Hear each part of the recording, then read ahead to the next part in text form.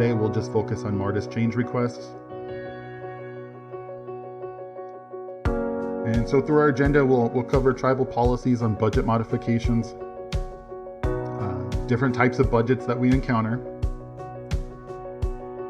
the options we have on screen to get the change request, going through the Martus change request process, the best practices or the things I think that would make life easier for anyone who's preparing one, how to add a new account if you haven't done it before, and what is our approval workflow for budget mods.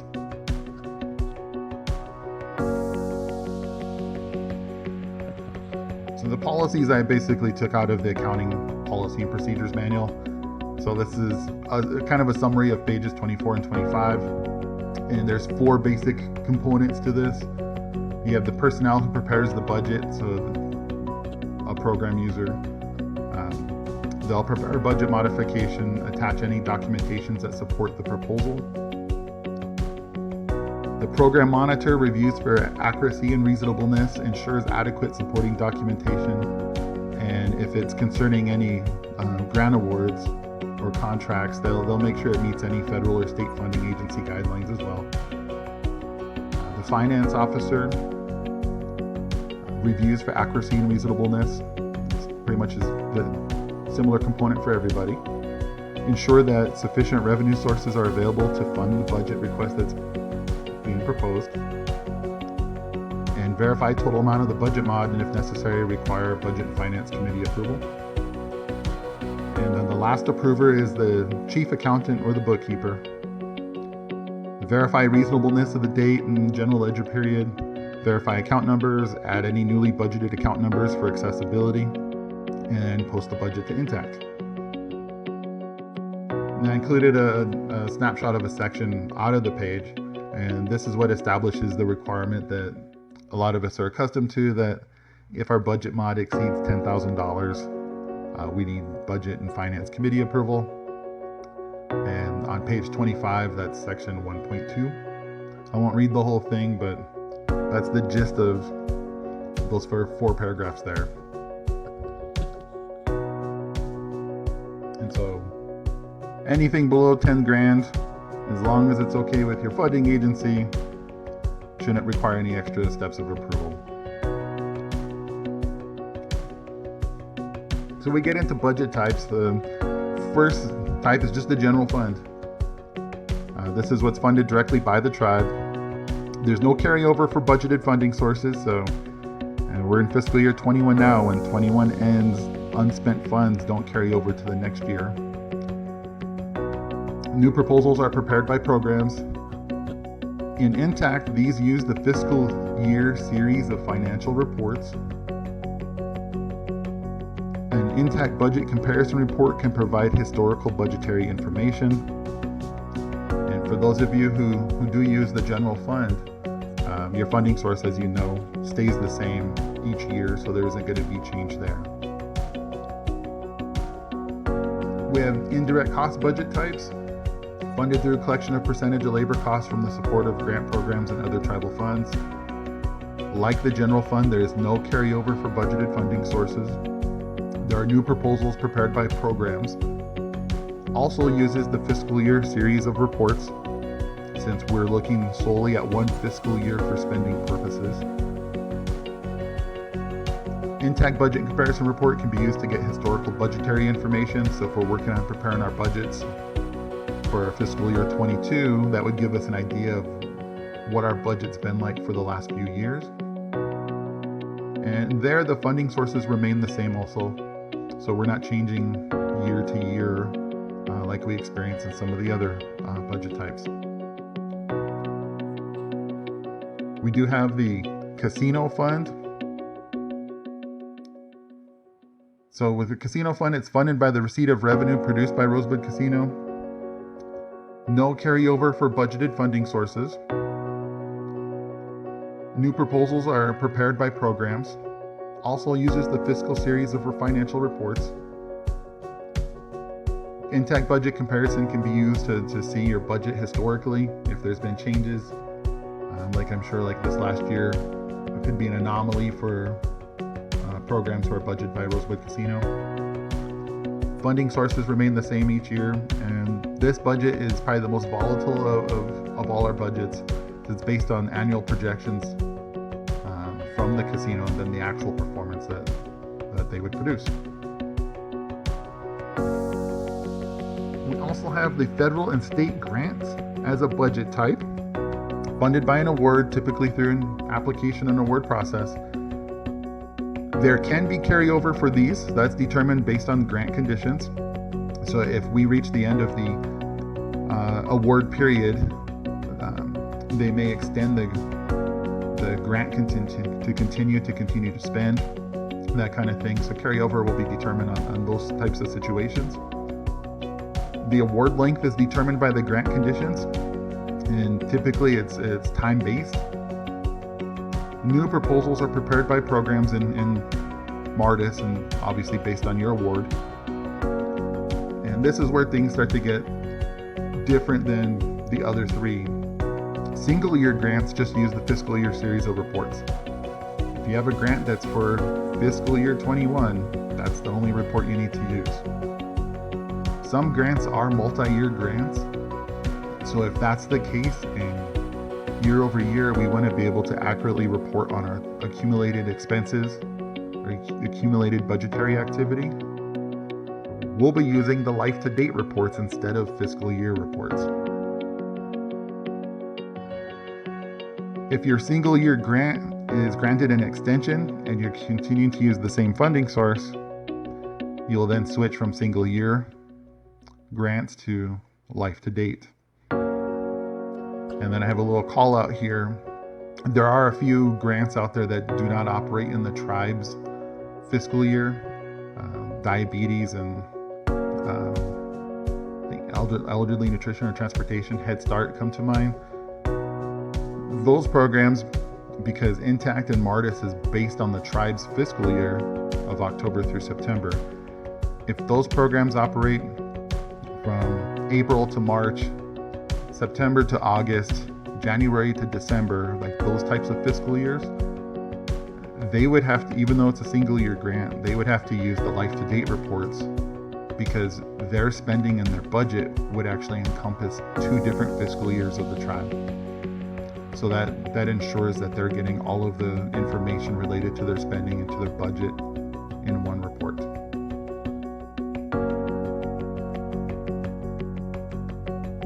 They can always use the Intact Budget Comparison Report, which can provide historical budgetary information.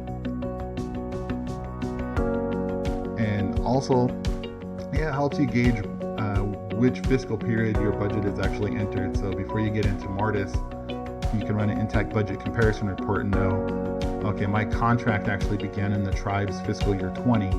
So when I go into Martus, that's the period of time I'm going to use to prepare a budget model. Funding sources that are federal and state grants, those will change with each new award. So I gave an example here of one of Head Start's. Every awarding period, we basically tack on the fiscal year so that they can distinguish which one's FY 18, 19, or 20, and then they continue operating that way. With the 638 contracts as its own separate type in budgets, funded by contracts issued through BIA or IHS.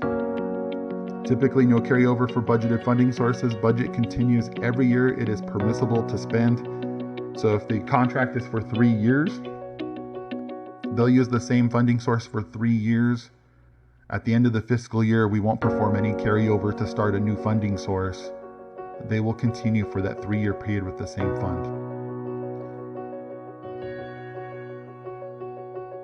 New proposals are prepared by programs based on the anticipated contract.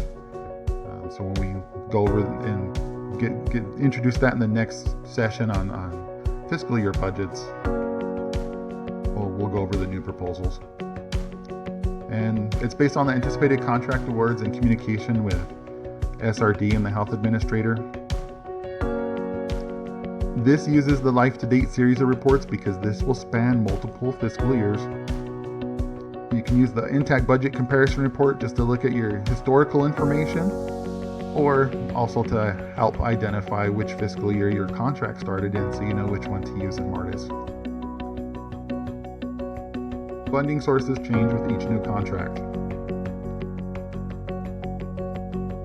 And I believe the last type, funded by the receipt of revenue produced by the activities of the funding source, is the revenue funds budget type.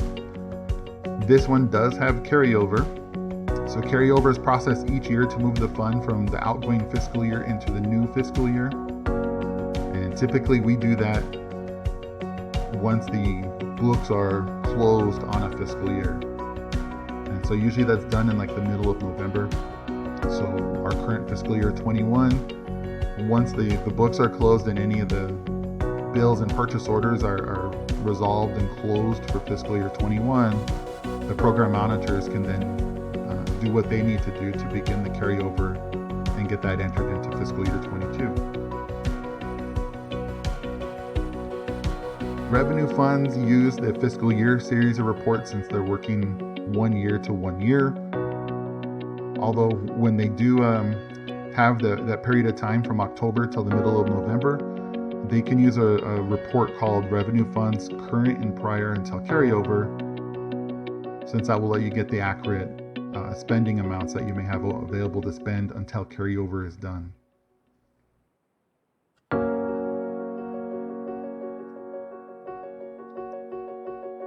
Revenue funds can also use the intact budget comparison report to compare budgetary information and historically.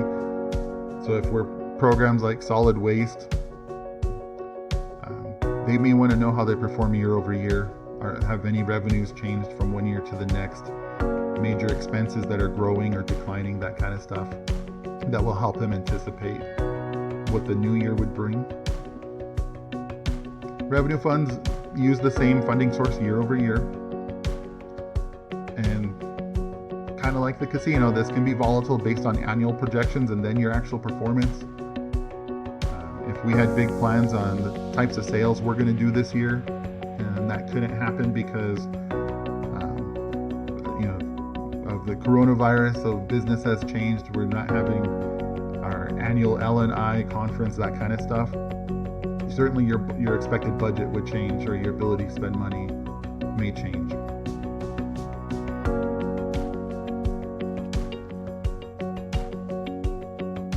Alright, so I'm going to slide this away and we'll get into Martus.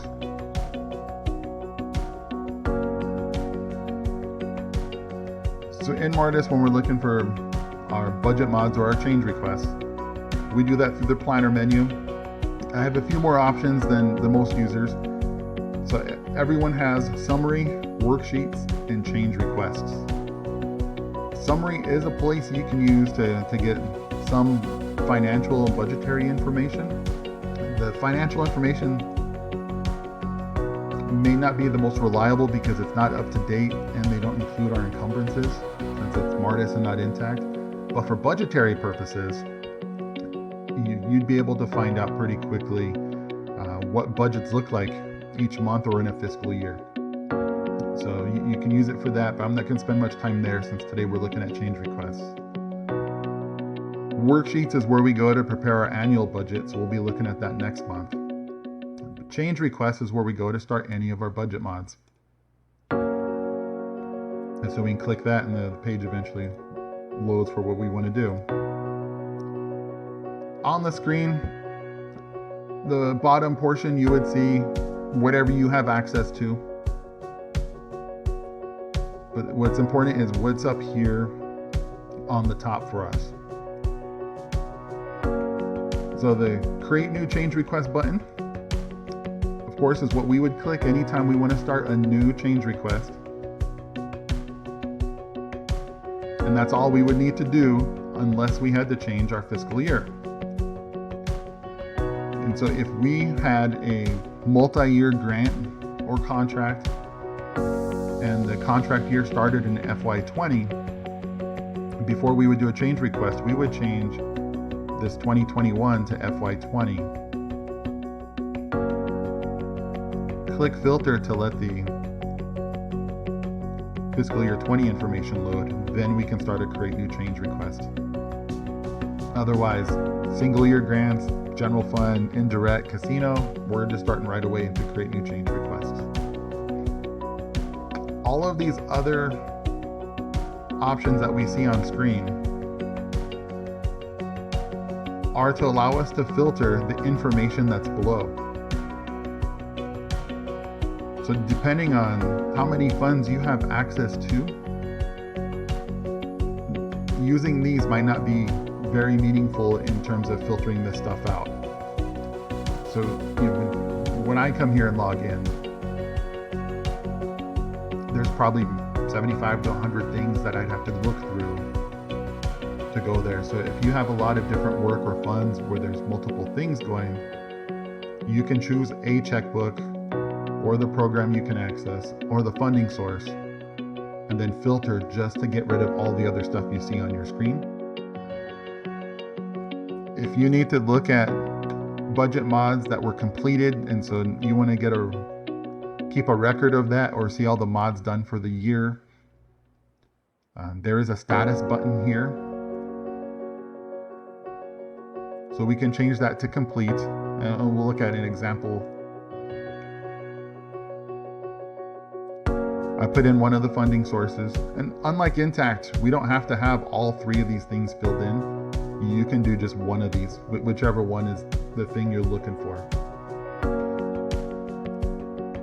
So I've got the one funding source, I've got complete fiscal year 21, and when I click filter,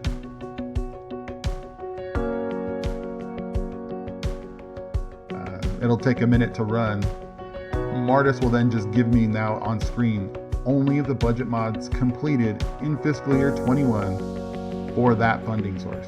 And now I can view individually those things, or if I want to download it as an Excel file, I click the button that says download XLSX, which is an acronym for Excel.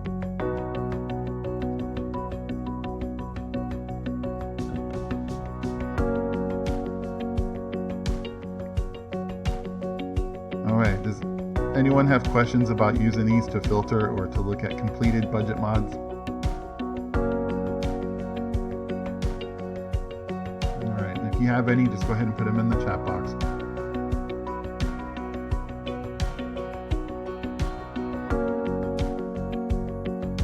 So back to the presentation. Planning a change request is important to ensuring an efficient and effective submission.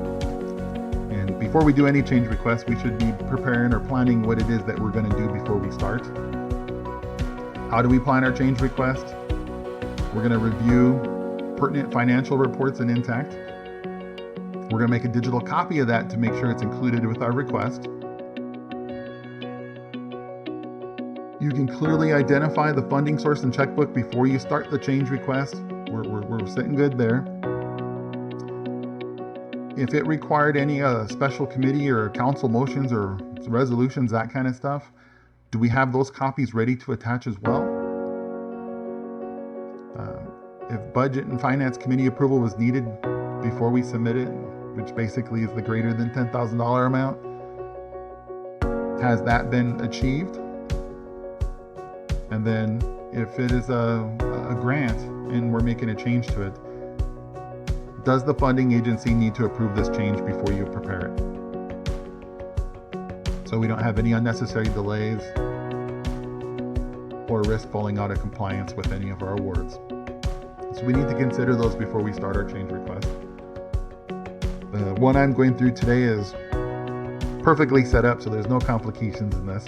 So we'll get into that shortly. And so if we're going to look at a financial report, do we understand what it means whenever we have the available balance and budget column for us?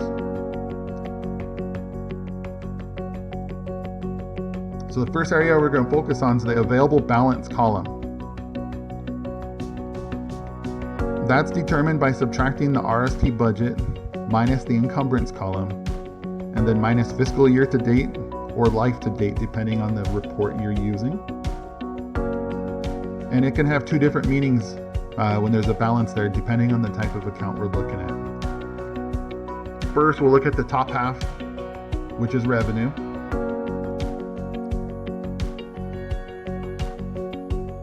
So all of our revenue accounts start with a 4. So if we're looking at a revenue and expense report, it's and we're looking at a line item that has a 4, we know it's a revenue account.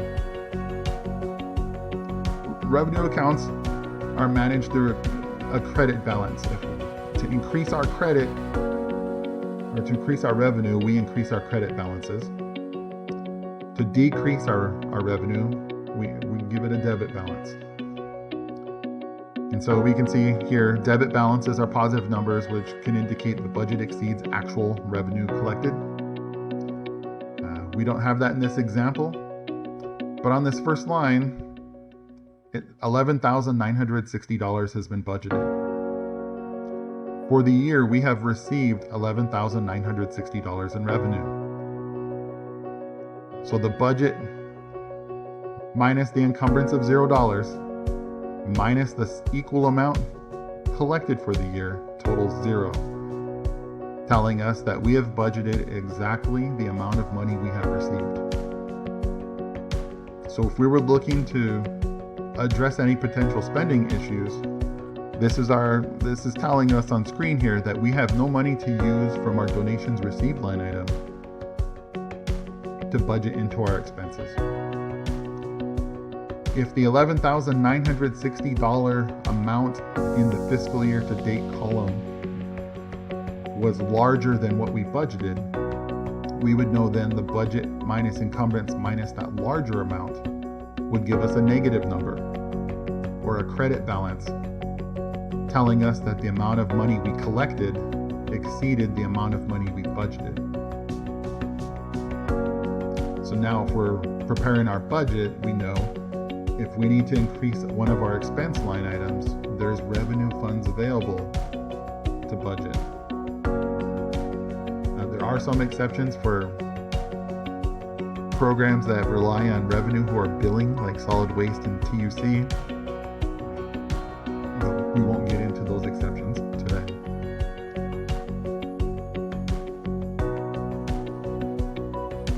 If our budget is larger than the amount of revenue we've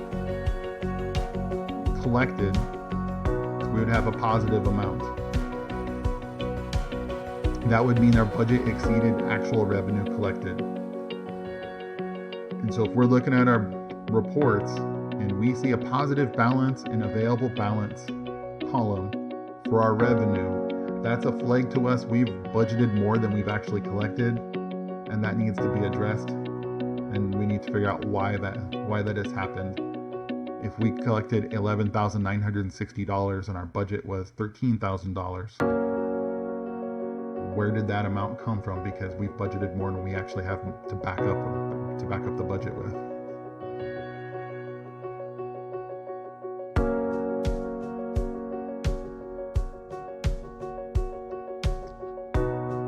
And now we'll look at the second half of the report, our expenses. Our expenses start with a 5, 6, 7, 8, or 9. So anything 5 or higher is an expense account. And this works the opposite way.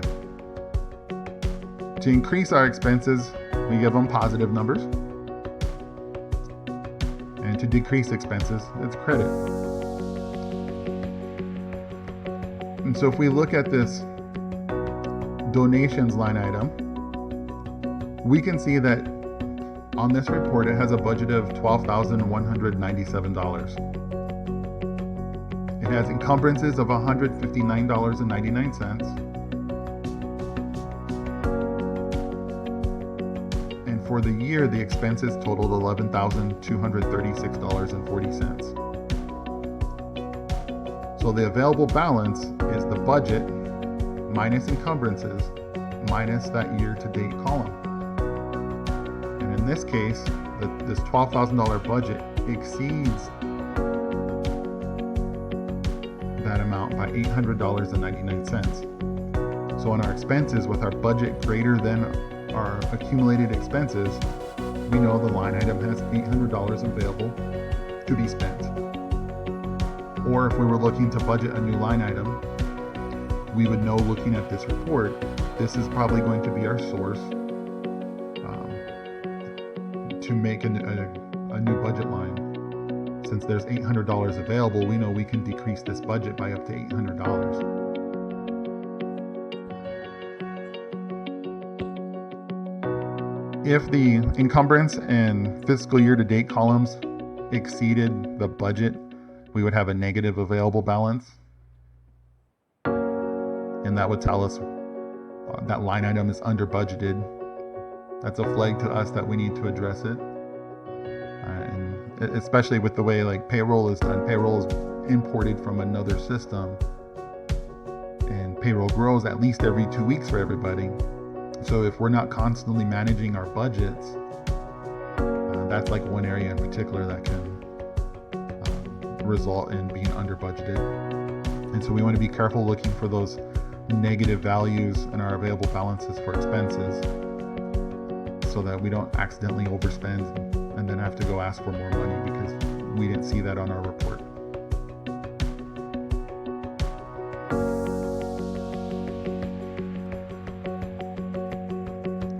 So we're going to look at an example I've created in an Intact for us. So the fund I'm using is a fiscal year fund. We only need to look at the fiscal year report. So we can go to Intact to Reports, Report Center. And for those of you who were in attendance to the reports training I did last week, we know that this area here on screen can be used to search for a report. So if we don't want to scroll through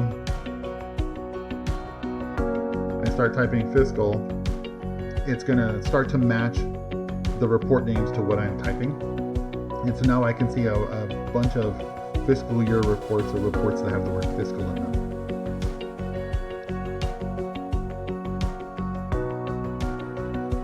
The funding source I'm using has both revenue and expenses. And we're going to look at one funding source. So a good source for this is going to be fiscal year revenue and expenses, one funding source view. When do we want the report ran as of? Always defaults to today's date. So if I use that, that means this report will run from October 1st, 2020 through today. So if we're doing a budget mod, this gives us the most current information concerning our expenses, our revenues. So that's what we'll go with. We'll need to enter our program. These types of reports, program is required of everybody. Checkbook is a required field. So we'll include the checkbook. One funding source, we want to tell it one funding source. So we need to find the one fund that we're looking for. Select that. And now we can click OK to let the report run. All right. So here we are on screen with our fiscal year report. We know this funding source revenue has a budget of $200. For the month, it's collected $318.06, which happens to total the same amount for fiscal year. So this month is when the revenue activity happened. So the $200 minus $318 is negative $118.06. In other words, we have revenue that's available that we've collected that we haven't yet budgeted. Our expenses. We have a telephone fax line with a $200 budget. Nothing's been spent, so 200 minus 0 is 200. That line item has $200 available to be spent. Or we do have a utility line that has no budget but has expenses this month. So 0 minus $118 is negative $118.06, which on expenses means we've spent more than our budget. So we have two places we can pull from to address the negative amount in that line. We could reduce our telephone line by $200 or by $118 from 200 minus $118. Or we could budget revenue, which happens to match exactly that, and put that into our budget for this line item. So that's what we'll work on next.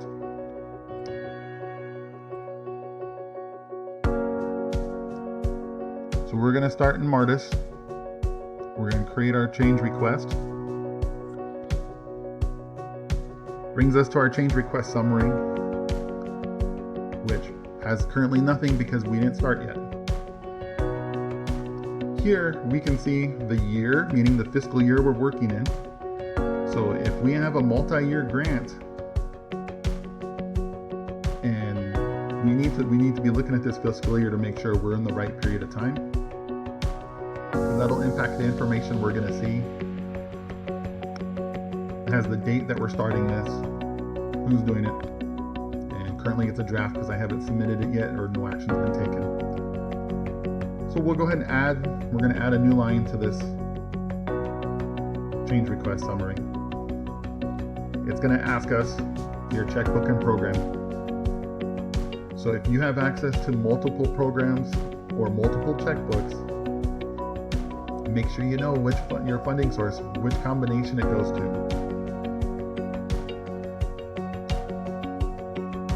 So I know my program's test company, so I can punch that in. And I could punch in my checkbook. And you can do one or the other, you don't have to do both. But if I punch both of those in and click filter, it's going to give me that combination. If I left the checkbook blank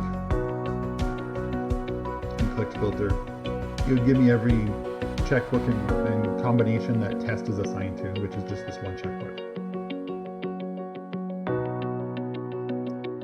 And once we've identified the worksheet, which is the checkbook program combination, we can select that. And we can see, I'm going to try to split this here so hopefully you guys will be able to see this.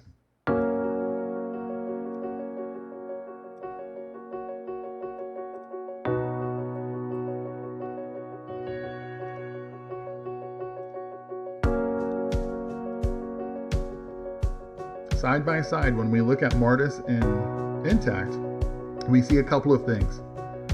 There is that budget that exists for $45,000 miscellaneous income, which we see a line for. And Intact, here's a budget of 200, budget of 200. Here it is for telephone and fax, budget of 200 in Martus, telephone and fax, budget of 200 in Intact. So hey, we're good, we know we're in the right path here. What we don't see is a line for utilities. And that's because utilities is not budgeted, we've never used it yet this year. So as the program user or whoever's preparing the budget, it's your responsibility to make this happen. Well, let's get back into Martus. We want to budget our miscellaneous income.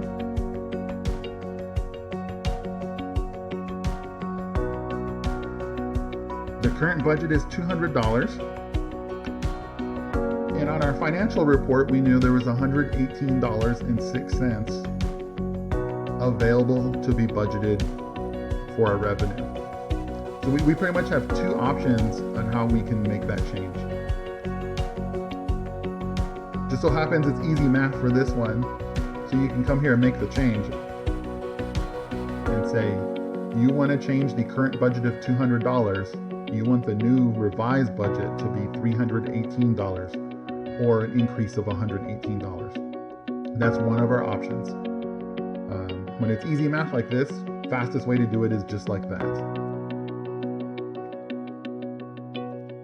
If it's larger numbers or more complicated math, or we don't trust ourselves, within Martus we can functionally use a calculator. Go to this adjustment type, and we're going to change this weekly to additional amount. And in the same month and year combination that our budget is sitting in, I can type an amount. So I've typed that $118.06. And And if I click preview, it's went ahead and made that change for me. So obviously with much different numbers than the ones I've worked together, this would be a helpful way in not having to have a separate calculator going and figuring that stuff out or scratching it on a printout of yours. We could use this. And it works the same way. If you want to decrease your budget, you click a minus in front of that and click preview. It'll then subtract that from the current budget. So we've got our budget increased to $318.06, and we can save that line. Now our summary has some activity, and we know we can't submit this yet because this isn't a budget mod that balances. We still have a net change of $118. This needs to go somewhere. And so now we know that utilities line doesn't have a budget. So we can come here to add. Utilities isn't on our list, and so we're going to have to add the line ourselves. And we want to be careful here. There are two different drop boxes for account and for funding source. The one up here is if you have access to multiple funds in your checkbook and you're preparing your budget mod, this lets you weed out the long list of stuff you might see. So this isn't the line we use to add our new line items. On the bottom one, we'll find our account. So here's utilities. And at the end of that line, it says add. And so that's the important thing to distinguish. This combination's to filter this screen. This one on the bottom is to add. So we're going to add 68100 to funding source test for training.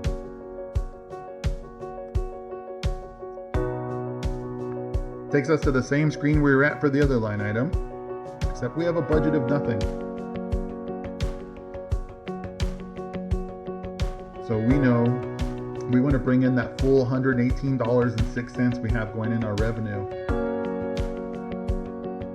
because that's the amount that line is negative for. There's a zero there, so this math should be easy to do. A little tip, if you're not sure of the amount, it is pretty grayed out, but on the side over here, you can see your column if you're using the month of October. So you can see those differences that you're working with. So you don't have to like bounce back to a bunch of screens. This can be helpful for you. So I've got $118.06. I can save this line. And now we're back out here. So we're increasing our revenues from $200 to $318, which is a net income change of $118.06. Here's that second line for expenses, which we're bringing from no budget to $118. So a net expense increase of $118, of which those two offset each other to give us a net change of $0. So now, if we're happy, we're done. There's no more work that needs to be done. We're ready to add our attachments. If we have an explanation or comment we want to add so that the next 4 people who's going to see this understand what we're trying to accomplish, by all means add an explanation. Maybe the program director would know what you're doing, or if you're the director yourself, you know what you're doing. But your monitor or the finance officer or the chief accountant might not. So if this budget mod isn't as clear, you may want to include an explanation, what we're doing, that kind of thing. We also must add an attachment. This one's less than $10,000, so I don't need a budget and finance committee approval for this mod. This doesn't involve a grant, so it might not need pre-approval to do a budget change. So I don't need to worry about that as an attachment. But the attachment I should have, and I should include, the financial report. I didn't save that one yet, so let's go back into Intact. Here's our financial report. If we run our reports the way I did like this, which is to get the HTML version, we have to take another step and run the report again. So when you're running a report, instead of clicking here, and if we know we want to download or print it, we can use export instead, and then choose our format we want it in. So if I wanted it in PDF instead of what we got up top, I can choose PDF, answer the same questions,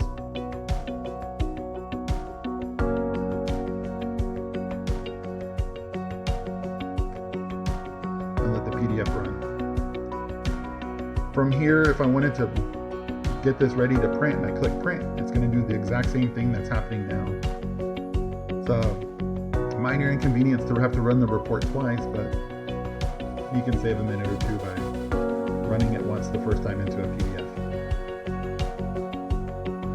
I use Chrome as my browser, so when I go to print, I have an option. I can choose my printer or to save it as a PDF directly to my desktop. We can just choose where we want that to go.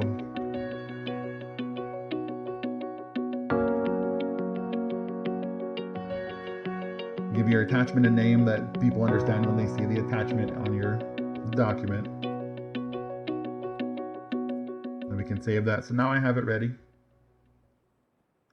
We can come back into Martus to make that attachment. So we'll choose our file. There it is on my desktop. Now that's attached and I can submit this for it to move forward. Thing about the attachments with Martus is in Intact we're unlimited. We can have 100 different attachments in our folder if we wanted to. Martus only allows one. So before you get ready to start this budget mod, if you needed other documents like this financial report, or you needed your budget and finance resolution or meeting minutes, whatever it is you might need, the email of approval from your funding agency, you'll have to make sure that your financial report and those other documents are all one digital document. So you could print all those and use a scanner. I have a program on my computer called Nitro that allows me to combine multiple documents into one, so I don't need to print and have paper on hand. So like if you contact IT, I'm sure they could help you with getting that program or another equal program to do that. So that'll help here in Martus if it's multiple documents. Because if I have this training one that's on there now, and I realize, oh, there's another document I want to put on there. Let's see what's on there. So if this look for duplicated purchase lines was a secondary document, and I decide to attach that, it's just going to be the one thing that's there, and my original one goes away. So if I didn't realize that and I put on my second document and I submit this, and then our program monitor declines it and says you don't have the supporting documents, that could be frustrating or confusing because, hey, we know we put that on there, but it's because Martus only allows one attachment. So just make sure you make any multiple pages into one document.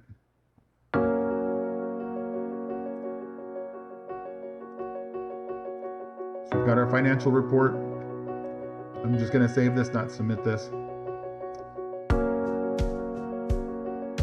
If we submit this, the person assigned to approve for your department or your program will get an email from Martus saying they have a document to approve. And so even if you're the person who approves and you've prepared it, you still have to go approve your own change request. And we'll look real quickly at the approval workflow. So in Martus, it starts with the worksheet approver. So we might see that. Let's go out to this change request form. These W's. I'm sure we've all seen that. That tells us that at a minimum, the worksheet approver is the person we're waiting to have approved or has approved.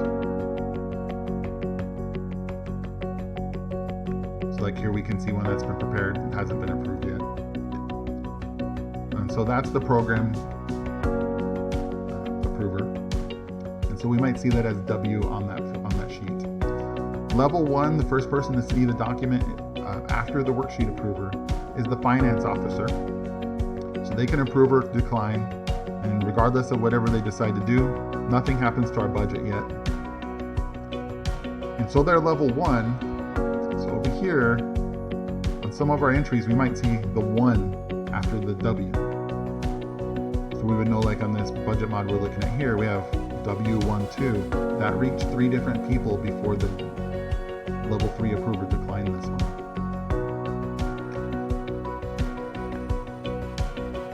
The level 2 approvers are program monitor. So they can approve or decline, and no matter what they choose to do, there's no change to the budget.